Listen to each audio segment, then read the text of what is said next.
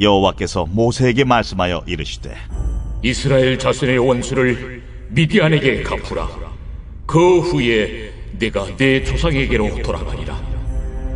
모세가 백성에게 말하여 이르되 너와 함께 있는 사람들 가운데서 전쟁에 나갈 사람들을 무장시키고 미디안을 치러 보내어 여호와의 원수를 갚되 이스라엘 모든 지파에게 각 지파에서 1000명씩을 전쟁에 보낼지니라. 하매 각 지파에서 1000명씩 이스라엘 100만 명 중에서 12000명을 택하여 무장을 시킨지라. 모세가 각 지파에 1000명씩 싸움에 보내되 제사장 엘르아살의 아들 비느하스에게 성소의 기구와 신호나팔을 들려서 그들과 함께 전쟁에 보내매 그들이 여호와께서 모세에게 명령하신 대로 미디안을 쳐서 남자를 다 죽였고 그 죽인 자 외에 미디안의 5왕을 죽였으니 미디안의 왕들은 에위와 레겜과 수르와 후르와 레바이며 또 부올의 아들 발람을 칼로 죽였다. 이스라엘 자손이 미디안의 부녀들과 그들의 아이들을 사로잡고 그들의 가축과 양떼와 재물을 다 탈취하고 그들이 거처하는 성읍들과 촌락을 다 불사르고 탈취한 것, 노략한 것, 사람과 짐승을 다 빼앗으니라. 그들이 사로잡은 자와 노략한 것과 탈취한 것을 가지고 여리고 맞은편 요단강가 모압 평지의 진영에 이르러 모세와 제사장 엘르아살과 이스라엘 자손의 회중에게로 나아오니라. 안녕하십니까. 8월 14일 수요일 말씀 묵상 시작하겠습니다. 민수기 31장 1절에서부터 12절까지 말씀을 읽으셨습니다. 민수기가 이제 새로운 국면으로 넘어가고 있습니다. 바알볼에서 연병 후에 이스라엘 자손의 계수가 이루어졌죠. 시내산에서 이스라엘 자손들을 다 세었는데 그 연병이 끝나고 난 이후에 모압 평지에서 다시 이스라엘 자손을 계수하는 이야기가 진행되었습니다. 그리고 그들의 숫자가 다 나오고 맨 마지막에는 그들에게 새롭게 규례들이 정리되어서 주어지고 있죠. 그러니까 민수기 26장부터 30장의 내용이 그것입니다. 이제 민수기의 마지막 단락이 시작되는 겁니다. 민수기 31장부터 36장이 마지막 단락인데요. 이스라엘이 땅을 어떻게 정복하였고 또 나중에 어떻게 정복할 것인가를 다루는 부분입니다. 우리 신앙의 아주 전형적인 특징인데 하나님을 섬기는 사람들의 신앙은 기본적으로 과거를 기억하고 미래를 기대하는 신앙입니다. 언제나 과거에 하나님께서 행하신 일들을 기억해요. 그리고 그것에 근거해서 하나님께서 앞으로 무엇을 행하실 것이다라는 것을 기대하는 거죠. 그리고 그것을 기정사실화하는 데까지 나아갑니다. 비유를 하자면 어떤 남녀가 서로 사랑해서 결혼을 약속했습니다. 아직 결혼을 하지 않았지만 지금까지 이 남자가 이 여자에게 한 번도 잘못한 적이 없고 또 이 여자가 이 남자에게 한 번도 배신한 적이 없고 계속해서 이 두 사람이 돈독하게 그 사랑을 쌓아왔다면 그리고 결혼을 약속했다면 아직 결혼하지 않았지만 결혼은 거의 기정사실화되어서 이 두 사람은 결혼할 사람으로 되어버리잖아요. 마찬가지입니다. 아직까지 하나님의 나라가 완성되지 않았지만 우리 하나님께서는 지금까지 수천 년 동안 자기 백성에게 이렇게 신실하게 행하셨고 그리고 이후에도 신실하게 행하실 것이며 결국은 하나님의 나라에 우리를 인도하실 것이다 라는 것을 알게 되죠. 그런 형태의 신앙이 이 민수기의 마지막 단락에서 아주 잘 나타납니다. 이제 시내산에서 계수된 사람들은 여호수아와 갈렙밖에 없어요. 과거가 마무리 지어지는 겁니다. 가데스 바네아에서 하나님께서 40년간 너희가 광야에 머물 것이다 하셨던 그 과거, 그 죄악은 이제 모두 다 마무리되었습니다. 그 죄값을 이스라엘은 다 치른 셈입니다. 하지만 바알부올 사건은 아직도 큰 오점으로 남아있죠. 이스라엘이 모압과 미디안의 꾀임에 넘어가서 우상을 숭배하고 음행을 했던 사건 아닙니까? 그때에 이스라엘이 많이 그 죄에 가담을 했었단 말이죠. 물론 24,000명이 죽었습니다. 아마도 살아남은 사람들은 그 죄에 거의 개입하지 않았거나 개입했다 하더라도 즉시 회개한 사람들, 그런 사람들이었을 것입니다. 하지만 그럼에도 불구하고 그 2세대가 상당히 큰 오점을 갖고 있었죠.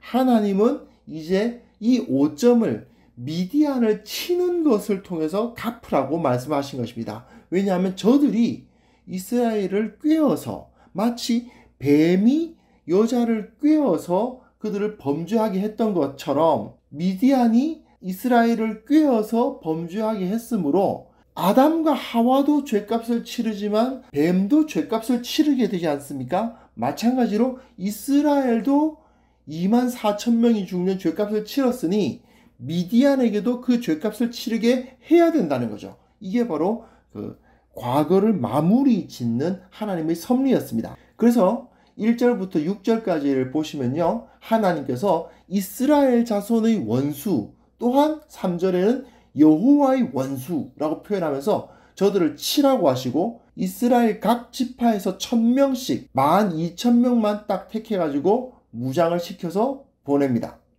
재미있는 것은 이스라엘 100만 명 중에서 12,000명을 택하라고 되어 있죠. 앞에서 계수한 것은 60만 명인데 100만 명이란 말은 아주 많다는 의미죠. 아주 많은 백성들 중에서 12,000명만 딱 택해가지고 무장시켜서 보내라. 그리고 비느하스가 성소의 기구와 성소 나팔을 그가 가지고 함께 가라고 말씀을 하십니다. 비느하스가 어떤 사람입니까? 창을 들고 그 미디안과 음행하던 자를 찔러 죽인 사람이잖아요. 상징적인 사람이죠. 그 사람을 함께 보냄으로써 그 12,000명의 군대에 하나님께서 함께 하셨다라는 것을 드러내죠. 마치 비느하스가 그 창을 들고 그 남자와 여자를 찔러 죽였던 것처럼 이 12,000명의 이스라엘 백성들이 미디안을 칠 것입니다. 그리고 7절부터 12절까지 내용을 보시면요, 이들이 미디안의 5 왕을 죽이고 또 부올의 아들 발람을 이때 죽여요. 발람이 정확하게 어떻게 했다는 것이 기록되어 있지는 않지만 틀림없이 발람은 이스라엘의 약점은 외부적 공격에 있지 않고 내부적 부패에 있다라는 것을 알고 그러한 계책을 마련했던 것 같습니다. 그래서 이스라엘을 저주하고 이스라엘이 무너지는 길을 선택하게 한 거죠. 결국 이스라엘은 가서 그들 다 치고 사로잡고 탈취하고 그 죄악을 갚아줍니다. 원래 미디안은 가나안 족속이 아니에요. 그러니까 이스라엘에 의해서 진멸당할 사람들은 아닙니다. 하지만 그들이 여하튼 이스라엘을 저주하려 했기 때문에 미디안의 5 왕들과 발람이 함께 죽임을 당하는 것을 볼 수 있습니다. 이건 전부 다 발락이 미디안 장로들과 함께 발람 데려다가 이스라엘을 저주하려 했던 것에 대한 보응이라고 할 수 있어요. 그리고 그 저주가 잘 먹히지 않으니까 마치 뱀과 같이 이스라엘을 꿰어서 죄악으로 꼬드겨낸 그것에 대한 보응이라고 할 수 있죠. 결국 이스라엘을 저주하려 했던 자들, 이스라엘이 무너지는 길을 찾아서 그 방법을 선택했던 자들은 결국 저주를 받고 대가를 치르게 되었다는 것을 볼 수가 있습니다. 하나님의 백성을 축복하는 자는 복을 받고요, 저주하는 자는 저주를 받습니다. 이건 아브라함 시대 때부터 내려오는 원리예요.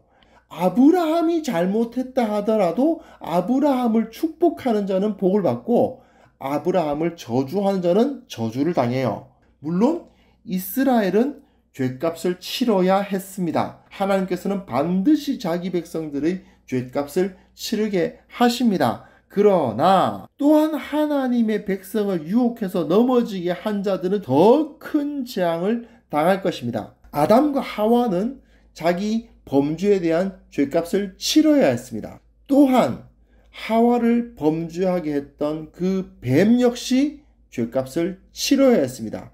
그리고 마지막 궁극적인 멸망에 대한 예언까지도 나와 있잖아요. 즉 이처럼 하나님께서는 반드시 원수를 갚으신다는 사실을 우리는 기억해야만 합니다. 특히 세상에서 교회를 해하려 하는 자들이 없지 않습니다.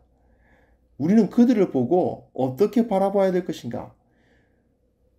교회가 잘못해서 교회에 약점이 있고 교회가 범죄했기 때문에 저들이 교회를 비난하고 욕한다. 그렇게 말할 수도 있어요. 네, 그럴 수도 있습니다. 그것이 사실일 수도 있습니다. 교회가 잘못되었기 때문에 저들이 교회를 공격한다. 틀린 말이 아닙니다. 그러나 아브라함 시대 때에도 마찬가지였죠. 거짓말은 아브라함이 했지만 아브라함의 아내를 빼앗으려고 했던 바로나 아비멜렉은 하나님으로부터 세게 맞습니다. 왜 그런 일이 벌어졌죠? 하나님의 백성이기 때문입니다. 하나님의 백성을 축복하는 자는 복을 받고 하나님의 백성을 저주하는 자는 저주를 당합니다. 이것은 절대로 어긋나지 않는 영적 원리입니다. 교회를 해하려 하는 자들에게 하나님의 응징은 반드시 이루어집니다.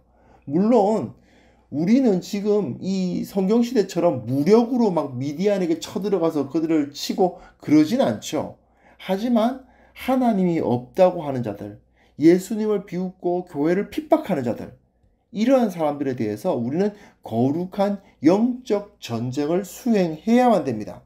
그들이 비진리를 말하고 우상숭배를 권하고 하나님의 진리를 비난하고 성도를 유혹하는 행위를 할 때에 우리는 명확하게 우리의 입장이 무엇인지를 드러내고 교회를 반드시 거룩하게 지켜야 됩니다. 물론 교회가 잘못해서 교회에 죄가 있어서 그런 비난을 당했을 때는 먼저 매를 맞는 건 교회입니다. 교회가 먼저 매를 맞아서 그 죄값을 치르게 되겠죠. 하지만 또한 교회를 그렇게 비난하고 교회를 넘어뜨리려 했던 자들 역시 하나님의 매를 맞게 된다는 사실을 우리는 잊지 않아야 될 것 같습니다. 교회를 공격하는 자들, 하나님을 비난하는 자들에 대해서 우리는 명확하게 정말 하나님의 진리를 세우고 절대로 그 앞에서 굽힌다거나 그 앞에서 굴복하는 일이 없어야 될 것입니다.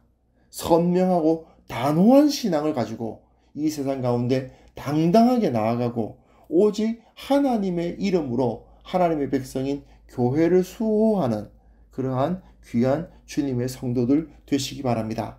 하나님 아버지께서 우리와 함께 하신다는 사실을 잊지 않게 하여 주옵소서. 비록 우리가 부족하고 연약할지라도 하나님께서 우리를 그 백성 삼아 주셨다는 사실을 기억하고 우리가 이 세상 가운데 단호하고 당당하게 영적 전투를 감당하는 자들 되게 하여 주옵소서. 예수님의 이름으로 기도합니다. 아멘.